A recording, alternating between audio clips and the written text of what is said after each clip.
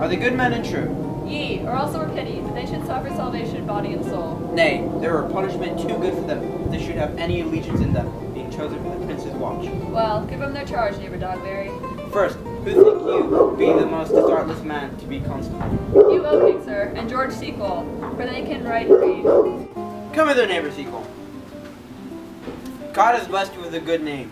To be a well-favored man is the gift of fortune, but to write and read comes by nature. Both of which are. You have. I knew it would be your answer. Well, for your favor, sir, why give God thanks and make no boast of it? For your writing and reading, let that appear when there is no need for such vanity. You are thought here to be the most senseless and fit man for the constable of the watch. Therefore, you bear the lantern. This is your charge. You shall comprehend every vagrom man and bid any stand in the prince's name. How if he will not stand? Why then, take no note of him. We'll let him go. Presently call the rest of the watch together, and thank God you are rid of the knave.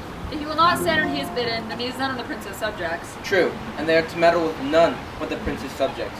You shall also make no noise in the streets, for the watchman to babble is the most tolerable and not to be endured. We would rather sleep than talk. We know what belongs to a watch. Why? You speak like an ancient and most quiet watchman. I cannot see how sleeping should offend. Only have a care that your bills be not stolen. Well, you are to go at all alehouses, bid those that are drunk, get them to bed. How if they will not? Why then, let them alone till they are sober. If they make you not the better answer, you may say they weren't the men that you took them for. Well, sir. If you meet a thief, you may suspect them by the virtue of your office. To be no true man, and such kind of man, the less you meddle with them, well, the more your honesty. If we know a man to be a thief, should we not lay our hands on him? Why, by your office you may, but I think that those who touch the pitch will be defiled. The most peaceable way for you, if you do take a thief, is to have him reveal himself and steal out of your company. You have always been called a merciful man, partner. Truly, I would not hang a dog by my own will, much more a man who hath any honesty. If we hear a child cry in the night, you must call to a nurse and bid her still it. How if the nurse be asleep and she will not hear us? Then depart in peace, and let the child wake her with crying.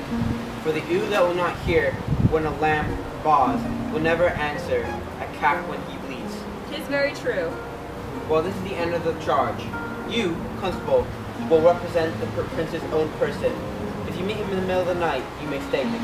Nay, by our lady, that I think he cannot.